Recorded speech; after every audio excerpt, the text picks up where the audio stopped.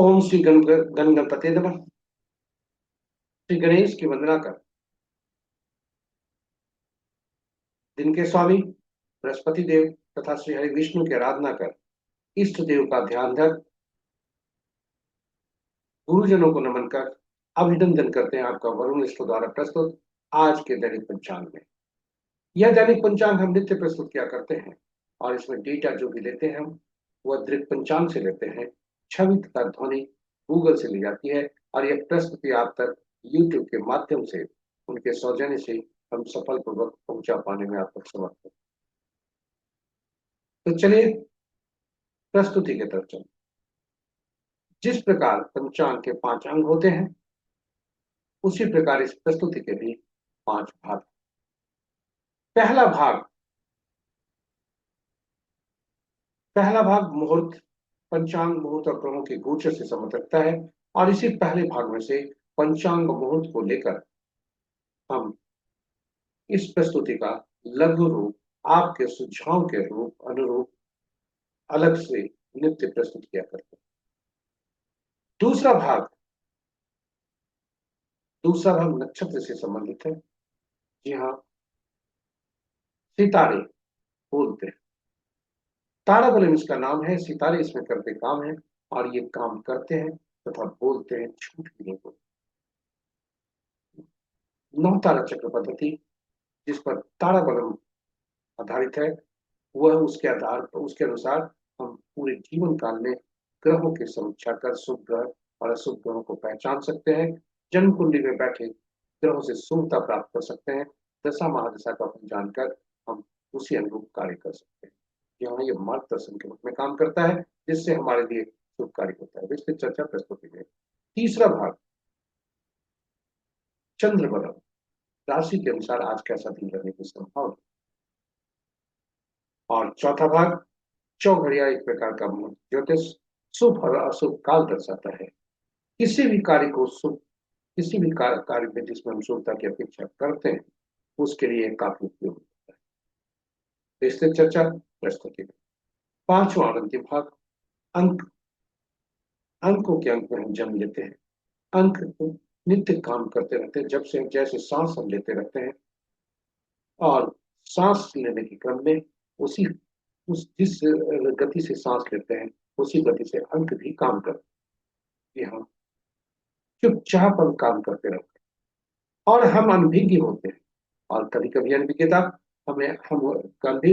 अनभिज्ञतावश कुछ ऐसे अंकों को ले आते हैं जो हमारे लिए बाधक।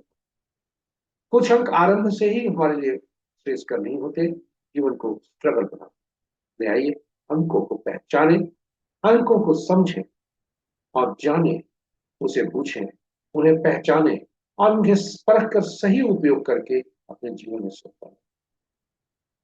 इस प्रस्तुति का यही उद्देश्य। साथ ही साथ अंक बोलते हुए किसी भी माह की विभिन्न तिथियों को जन्म जातक के लिए आज का अंक क्या कह रहा है, आइए इसी प्रस्तुति में। इस प्रकार 5 भाग प्रस्तुति का आपके लिए हम संयोग कर लाए हैं, संकलित करके लाए हैं और आपके लिए उपयोगी बनाने का प्रयास किया। कहीं जाइएगा नहीं, हमारे साथ बने रहिए अंत तक। आपके लिए यह हर प्रस्तुति आपके लिए श्रेयस्कर और लाभकर होगा।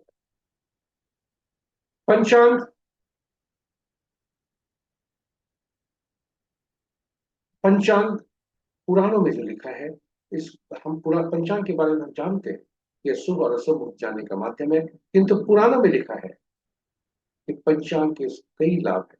सुनने सुनाने के लाभ, यहाँ सुनने के लाभ, गंगा स्नान सुनने, पंचांग सुनने से गंगा स्नान को लाभ होता है। माँ गंगा हमारी जलीय तत्व का प्रतिनिधित्व करती है जिससे हमारे शरीर में जलीय तत्व सुप्रभावित होते हैं।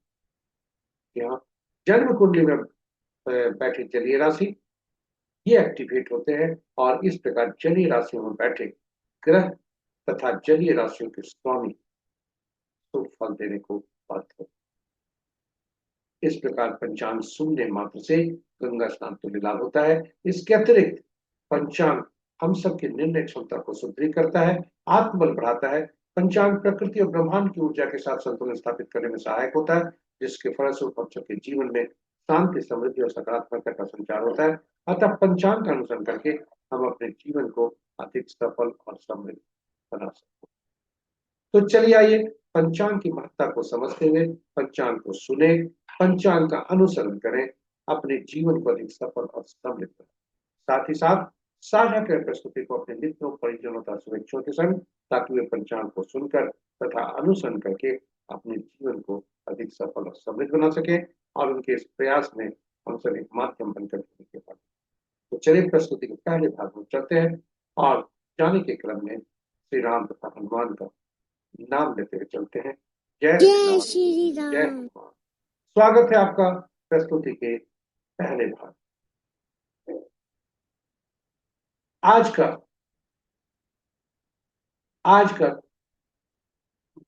पंचांग इस प्रकार।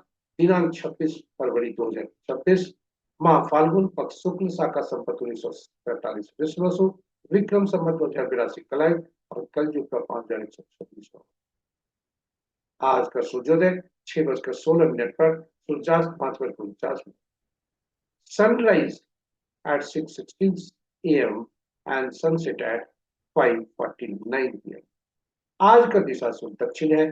फिर भी इस दिशा में यात्रा करने को बाध्यता हुई तो दही का सेवन करके यात्रा में सुखता। पंचांग के 5 अंक इस प्रकार। वार गुरुवार, तिथि देर रात्रि, मध्य रात्रि कहें 16:33 तक 10वें जो पूर्णा तिथि के अंतर्गत आता है। उसके बाद एकादशी जो नंदा तिथि के अंतर्गत आता है। नक्षत्र दिन के 12:11 तक वृश्चिक, उसके बाद आद्रा। आज का दिन की शुरुआत मृगशिरा के तीसरे पद से होता है, जब प्रातः जो वह तीसरा पद प्रातः 6:32 तक होता है। चौथा पद प्रातः दिन के 12:11 तक होता है। उसके बाद आरंभ होता है आद्रा नक्षत्र। आद्रा नक्षत्र का पहला पद संध्या 5:50 पर, दूसरा पद रात्रि के 11:29 पर और तीसरा पद कल प्रातः 5:08 पर। सूर्योदय आद्रा नक्षत्र के चौथे पद में। इस प्रकार हम ये रहे हमारे पंचांग के 5 अंक जान सकते हैं और ये पंचांग के 5 अंक इस प्रकार हमारे समाप्त। अब हम आपको ले चलते हैं महत्वपूर्ण मुहूर्त में, लेकिन जाने के पूर्व हम भोलेनाथ को देखते हैं कि उनका वास कहाँ है और शुभता कैसी है। जय भोलेनाथ। ओम नमः शिवाय। ओम नमः शिवाय। जब तक भोलेनाथ, आज दशमी और एकादशी तिथि चुकी है, भोलेनाथ सभा और क्रिया स्थल पर हैं, दोनों शुभ हैं। जय भोलेनाथ। ओम नमः शिवाय। ओम नमः शिवाय। महत्वपूर्ण मुहूर्त के शुभ मुहूर्त में अभिजीत मुहूर्त दिन के 11:39 से 12:26 अपरांत तक। अमृतकाल देर रात्रि 1:23 से देर रात्रि के ही 2:53 पर। रवि योग आज के सूर्योदय से कल के सूर्योदय तक। विजय मुहूर्त अपराह्न 1:58 से 2:44 तक। गोधूली बेला संध्या 5:47 से संध्या के 6:12 पर और निशिता मुहूर्त देर रात्रि 11:37 से मध्य रात्रि 16:27 पर। रात्रि में किरण वाली पूजा पाठ जब तक साधना तंत्र बता दी गई, निशिता मुहूर्त श्रेष्ठ हुआ करते हैं। अशुभ मुहूर्त में सबसे प्रभावी राहु काल अपराह्न 1:29 से 2:56 तक। गुलिक काल प्रातः 9:09 से 10:36 तक। यमगन प्रातः 6:16 से 7:42 प्रातः तक और वज्र मुहूर्त रात्रि 8:06 से 9:37 तक। तो ये रहे हमारे महत्वपूर्ण शुभ और अशुभ। ग्रहों की आकाशीय स्थिति को यदि देखा जाए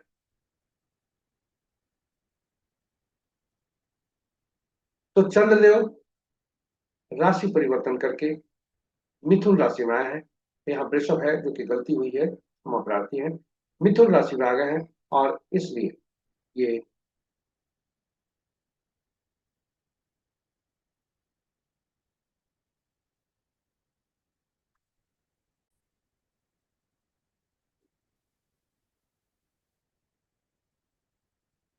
चंद्रदेव मिथुन राशि में प्रवेश कर चुके हैं और इस प्रकार मंगल देव पहले से ही कुंभ राशि में आए हैं और ये दोनों बाल्यावस्था में है, अंश के अनुसार कमजोर में है।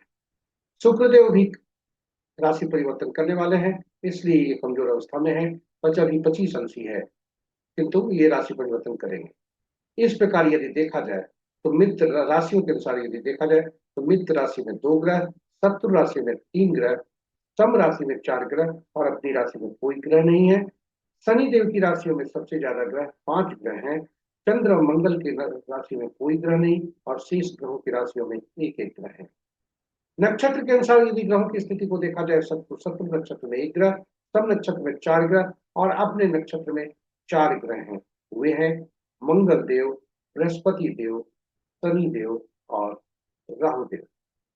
और इस प्रकार हम कहें कि बृहस्पति देव के नक्षत्र में 3 ग्रह, राहु देव के नक्षत्र में 2 ग्रह, मंगल देव के नक्षत्र में 2 ग्रह और सूर्य चंद्र केतु तथा बुध के नक्षत्र में कोई ग्रह नहीं है। शेष ग्रहों के नक्षत्र में एक एक ग्रह है। तो इस प्रकार आज कोई ग्रहों का किसी भी ग्रह का राशि परिवर्तन नहीं है।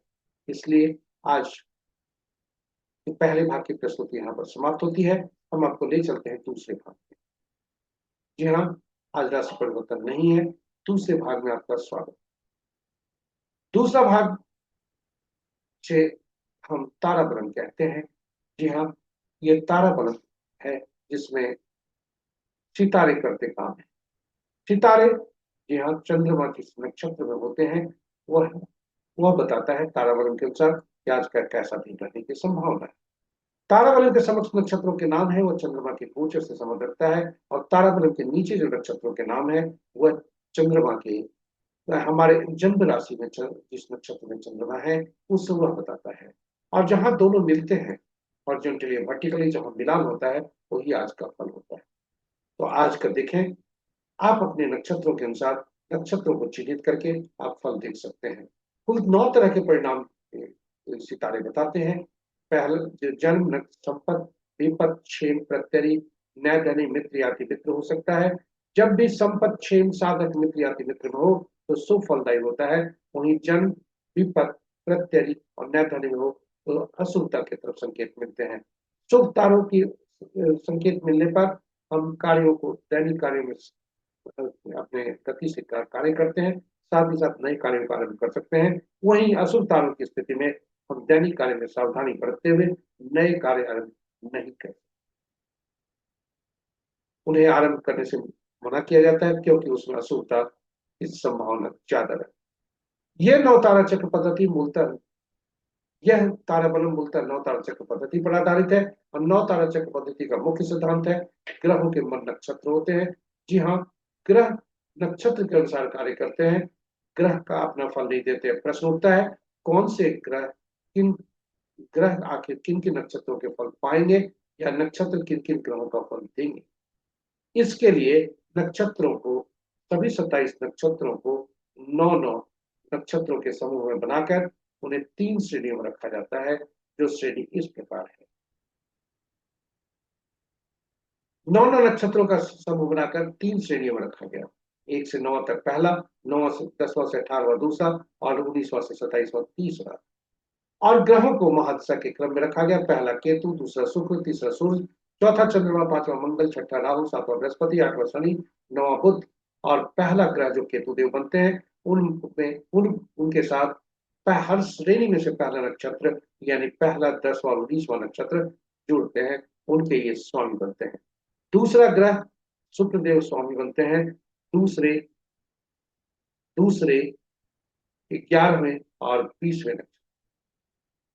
यहाँ तीसरा 12वां 21वां नक्षत्र के स्वामी सूर्यदेव बनते हैं। और इस प्रकार घड़ी की सुई की दिशा में आगे बढ़ते हुए बुध देव को जो 9 ग्रह होते हैं उन्हें 9, 18वां, 27वां नक्षत्र का स्वामित्व मिलता है। और यह सूची इस प्रकार होती है। इसे आप सहेज कर रख सकते हैं, काफी उपयोगी है। अब प्रश्न उठता है फलित कैसे करते हैं। इसके लिए हम ग्रह अपने जन्म पत्रिका में चंद्रमा जिस नक्षत्र में होते हैं उसे चिन्हित करते हैं और उनके स्वामी को चिन्हित करते हैं। ये ग्रह जो बने ये हमारे जन्म ग्रह बने और ये हमारे लिए पहला ग्रह होता है। हमारी जीवन यात्रा यहीं से आरंभ होती है और पिछले जन्म में भी जीवन यात्रा यहीं समाप्त हुई होती है। यह हम जन्म कुंडली को कायनात का अगर विवेचना करें उसमें विंशोत्तरी दशा का विवेचना करें उससे स्पष्ट होता है। उदाहरण स्वरूप एक जन्म कुंडली का आपके समक्ष हम रखते हैं। यह इस जातक का जन्म वृश्चिक राशि में हुआ है। जी हाँ, वृश्चिक राशि में, और वृश्चिक राशि में अनुराधा नक्षत्र में, जिनके स्वामी शनिदेव बनते हैं। शनिदेव का जो दशा अवधि है, महादशा की अवधि, वह 19 वर्ष, और उस 19 वर्ष में से जातक को इस वर्ष में भोगने हैं 4 वर्ष 6 दिन। इसलिए इस जातक का शेष जो भोग शेष जो अवधि है, वह पिछले जन्म में वह भोग चुका है। और इस तरह से हम किसी भी जातक का निकाल सकते हैं और खुद आकलन कर सकते हैं कि अपना भी, कि हमें कौन सी दशा महादशा चल रही है, और पिछले जन्म में हमारा अभी जन्म कहाँ से आरंभ, और उसी अनुरूप पिछले जन्म में हम कितना भोग। यह काफी उपयोगी है, और इसलिए दशा महादशा का फल के अनुसार हम जान सकते हैं और अपने जन्म कुंडली में बैठे ग्रहों को पहचान सकते हैं।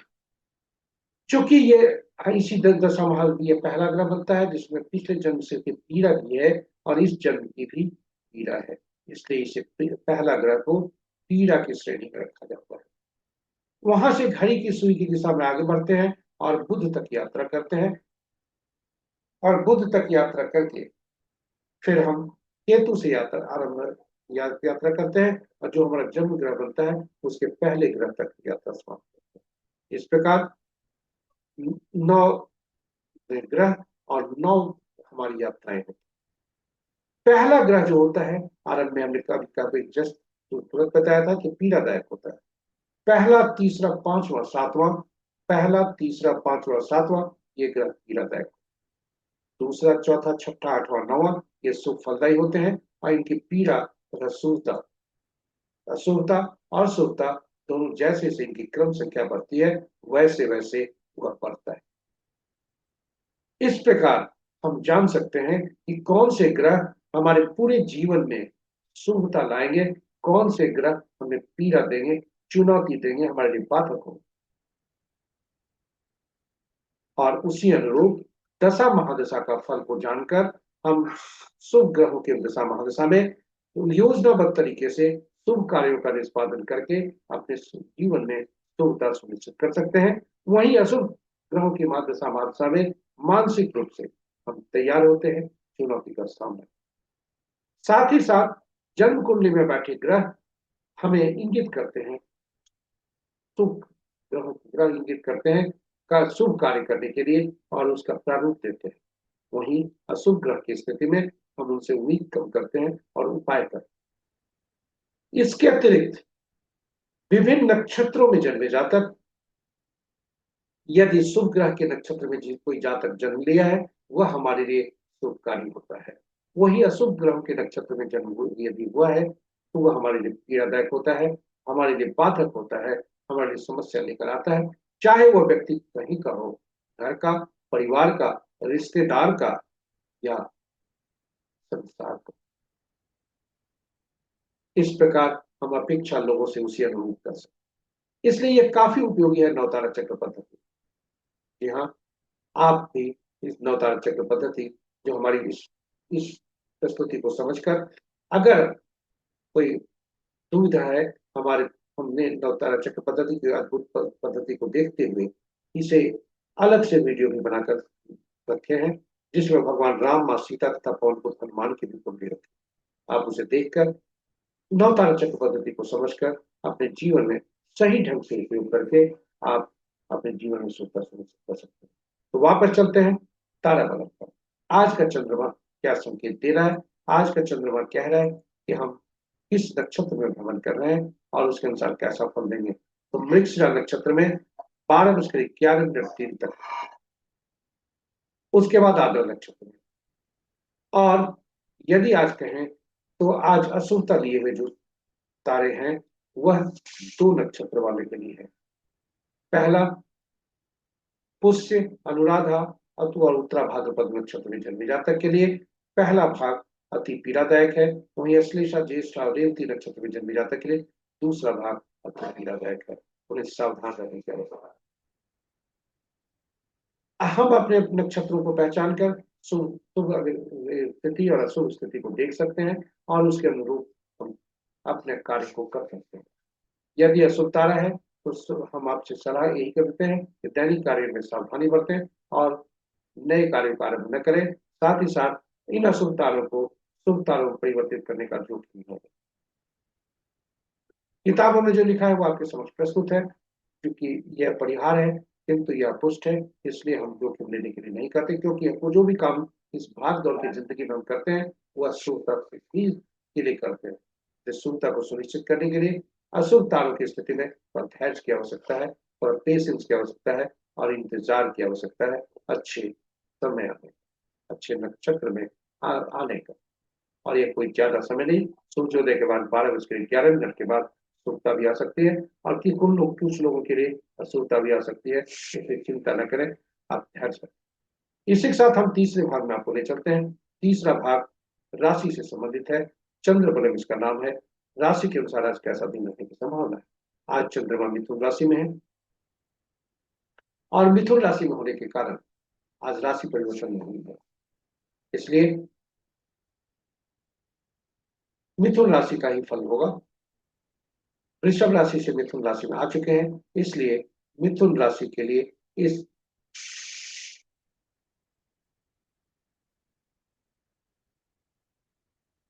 मेष, मिथुन, सिंह, कन्या, धनु, मकर राशि के जातक के लिए अशुभता के संकेत, शेष राशि के जातक के लिए अशुभता के संकेत नहीं है। चौथे भाग में आपका स्वागत है। यहाँ चौथा भाग शुभ और शुभ मुहूर्त दर्शाता है। यह चौघड़िया कहलाता है। यह शुभ और शुभ काल दर्शाता है। इसे मुहूर्त ज्योतिष कहते हैं।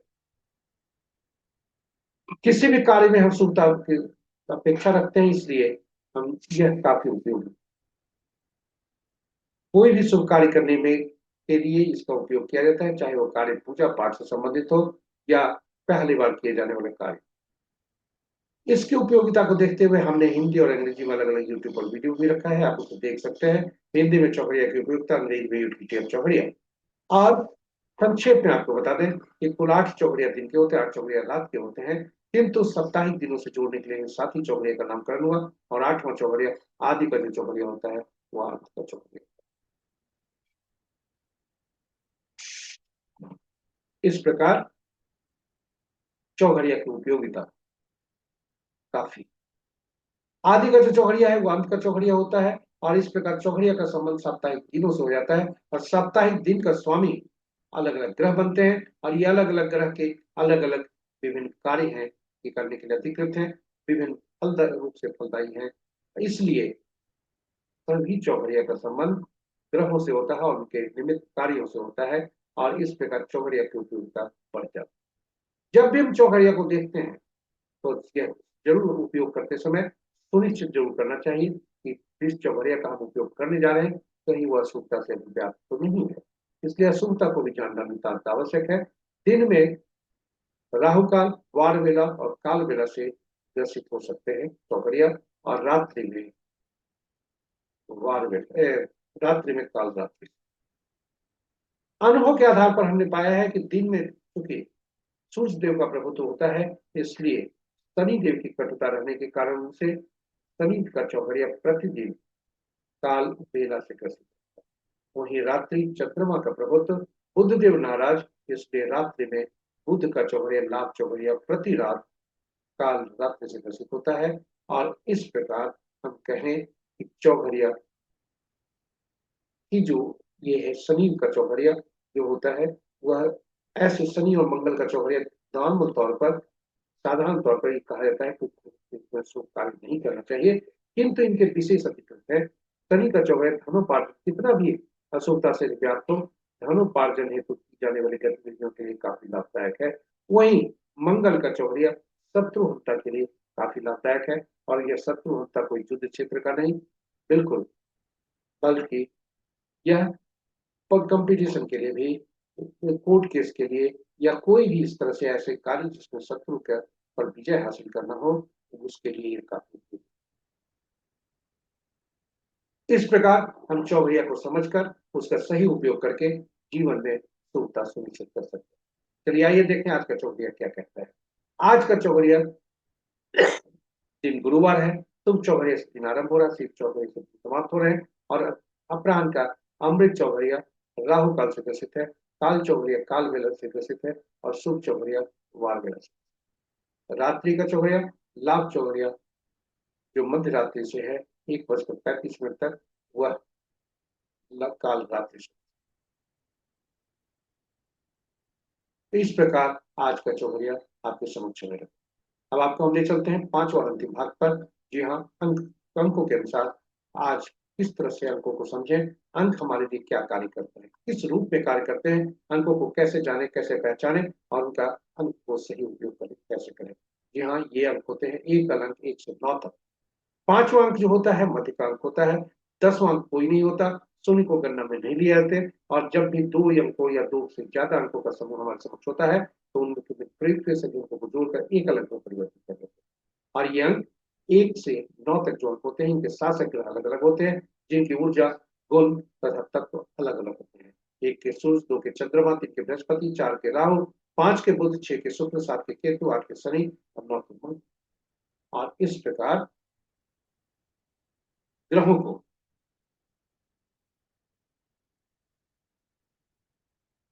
या ग्रहों के तत्व, ऊर्जा तथा इनके गुण इन अंकों में भी समाहित होते हैं और इसलिए इन अंकों को अंकों की दुनिया में विशेष नाम से पुकारा जाता है। एक को राजा, सरकार या नौकरी पेशा वाले व्यक्तियों के लिए बॉस से, 2 को रानी या पार्टनर से, 3 को गुरु या सलाहकार से, 4 को शरारती तत्वों से, नियम तोड़ने वाले व्यक्तियों से, झूठ बोलने वाले व्यक्तियों से, झांसा देने वाले व्यक्तियों से, 5 को राजकुमार से, 6 को मंत्री से या सुख सुविधा प्रदान करने वाले व्यक्तियों से, 7 को धर्मगुरु से या ऐसे व्यक्तियों से जिन्हें भविष्य में घटने वाली घटनाओं का पूर्वाभास हो, 8 को अपने अधीनस्थ से, समाज के नीचे तबके के लोग से, नौकर चाकर से, न्यायालय से और 9 को सेनापति, पुलिस और डॉक्टर से।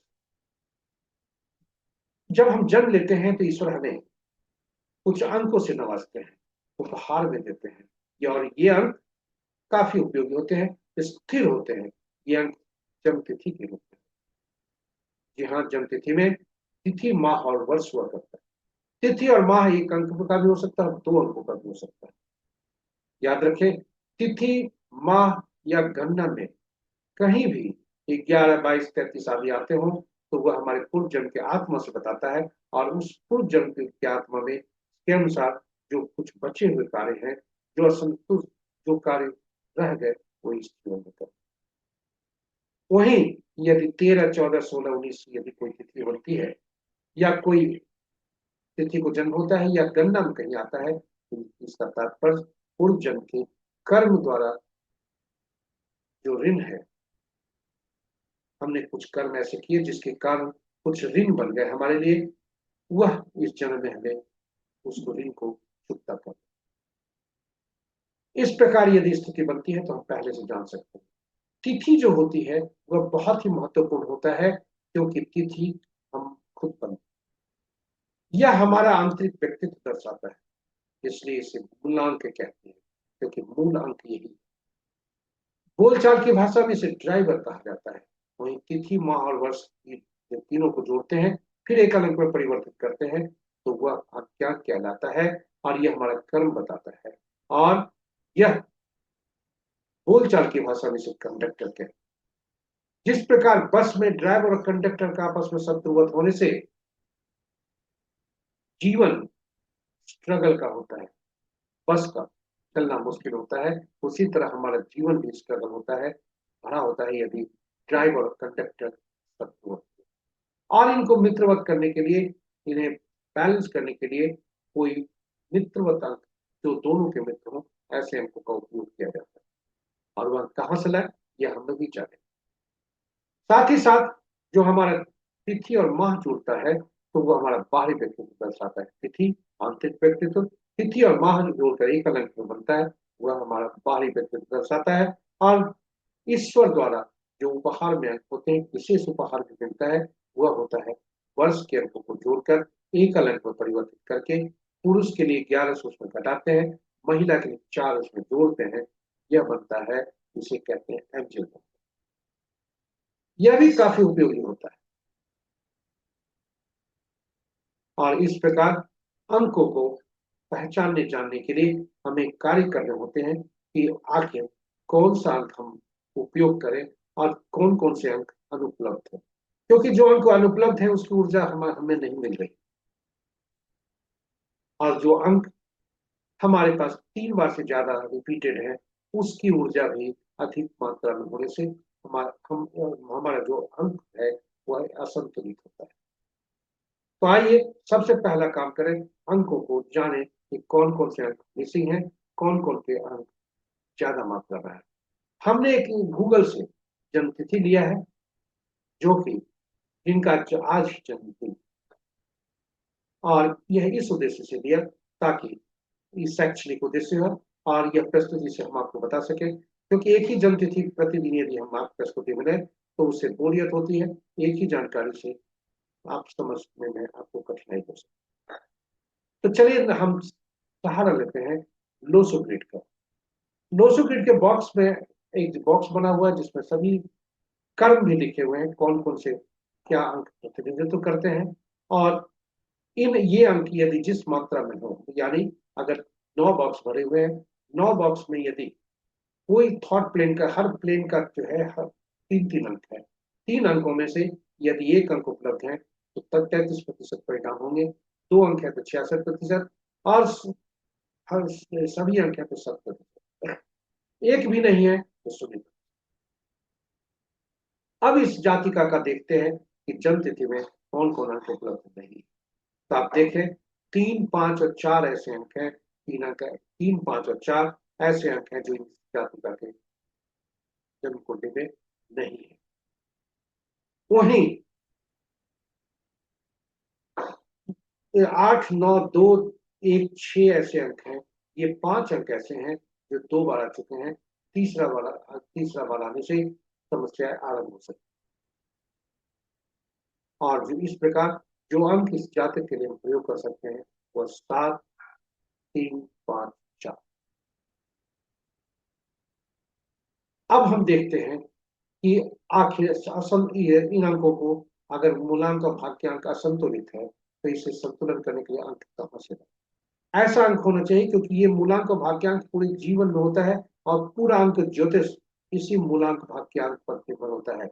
और याद रखें, कभी भी जीवन में मूलांक और भाग्यांक का शत्रु अंक हम नहीं लाए,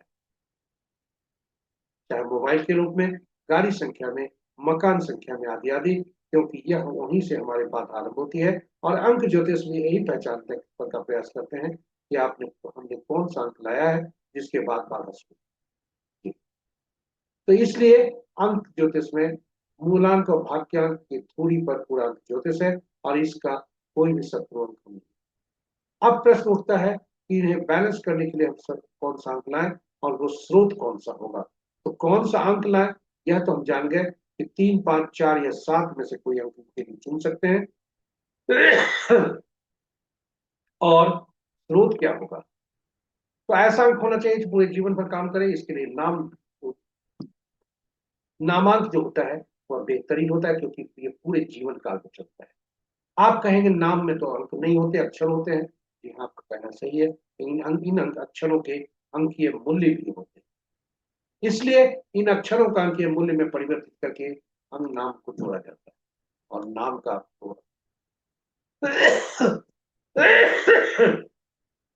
नाम का जो पहला अक्षर होता है वह काफी महत्वपूर्ण होता है। यह जो हमने जन्म तिथि ली है, ये श्रीति झा फिल्मी एक्ट्रेस की है, जो भी है, इनका हमने नाम लिया है।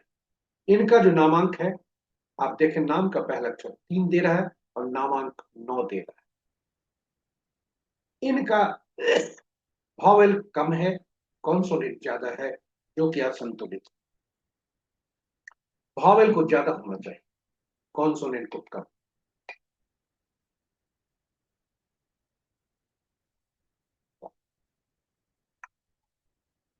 अब हम यहां देखें कि शत्रु अंक कौन कौन है। देखिए, जीवन में नाम जो होता है वह काफी ऊर्जा देता है, क्योंकि नाम जब भी पुकारा जाता है तो हमारी चेतना जागती है, और नाम का पहला अक्षर सबसे ज्यादा ऊर्जा देता है। इसलिए नाम के पहले अक्षर भी हमारे मूलांक और भाग्यांक के शत्रु अक्षर नहीं, शत्रु अंक वो नहीं है। तो चलिए शत्रु अंकों को पहचानते हैं।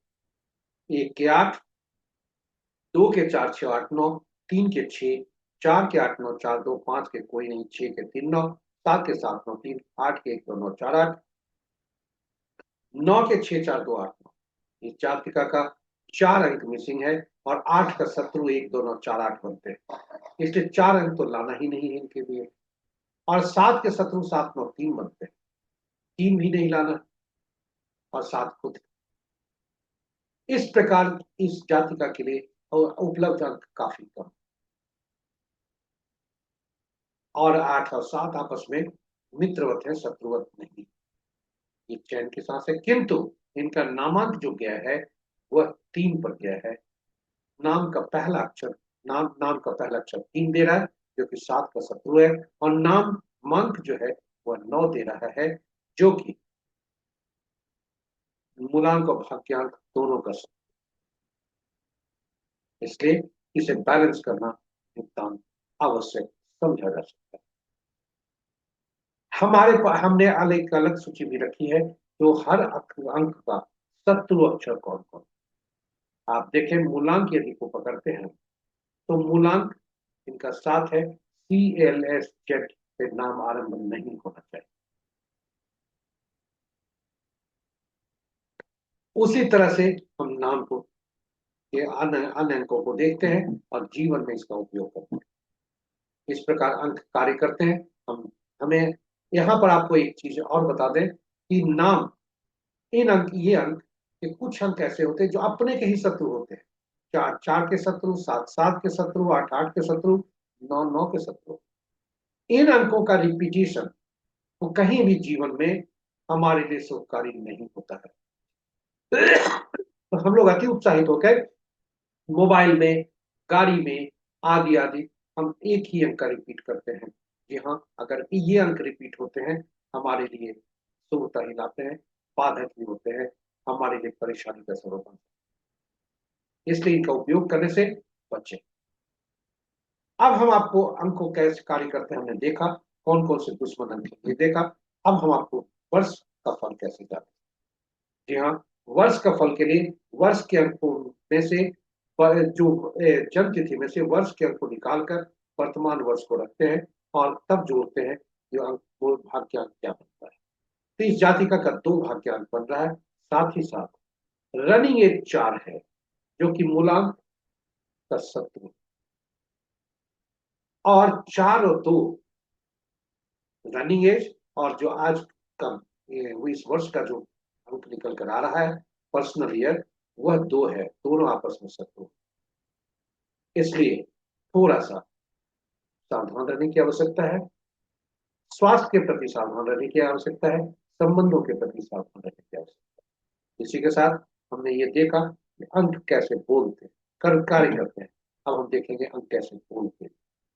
जी हाँ, अंक बोलते हैं। आज का अंक 2 बनता है और ये 2 अंक सभी अंकों के साथ मित्रवत नहीं, ये मित्रवत है 1 के साथ, यानी 1 10 19 28 तारीख को जन्मे जातक के लिए शुभ होंगे। 2 11 20 29, 3 12 21 23 के पूजन तथा 5 14 23 तारीख को किसी भी माँ के जन्म जातक के लिए दिन शुभता कर सकते हैं। वही 4 13 22 31, 7 16 25, 8 17 26 और 9 18 27 तारीख को किसी माँ के जन्म जातक के लिए सावधान रहने की आवश्यकता है। और 6 15 24 को जन्मे जातक के लिए संभावना। तो ये रहे हमारे अंक कैसे बोलते हैं। कि हाँ, अंक कार्य करते हैं, अंक बोलते भी हैं, अंक संकेत देते हैं शुभता के अनुसार का आज के दिन का, और यह हमारे लिए श्रेष्ठ होता है। हम पहले से जान सकते हैं और उसी अनुरूप कार्य करते हैं। इस प्रकार हमारी प्रस्तुति यहाँ पर समाप्त होती है। आप हमारे साथ बने रहे इसके लिए बहुत बहुत आशा करते हैं पूरी प्रस्तुति आपके लिए रोचक, ज्ञानवर्धक तथा उपयोगी सकती। यदि इस प्रस्तुति को आप पहली बार देख रहे हैं तो हमारे चैनल को सब्सक्राइब करें, साथ ही साथ नोटिफिकेशन बटन को दबाना न भूलें ताकि हमारे हर प्रस्तुति की सूचना आपको मिल सके और आप उसे लाभ। और अंत में अनुरोध करेंगे कि प्रस्तुति को साझा करें अपने मित्रों परिजनों का शुभेच्छुओं के संग, ताकि वे भी पंचांग को सुनकर अनुसरण करके अपने जीवन को शुभ बना सकें। और अंत में मंगल कामना करते हैं गुरु बृहस्पति देव से तथा श्री हरि विष्णु से कि उनके असीम कृपा पर पड़ी रहे और आपका दिन शुभ। जय गुरु बृहस्पति देव, जय श्री हरि विष्णु।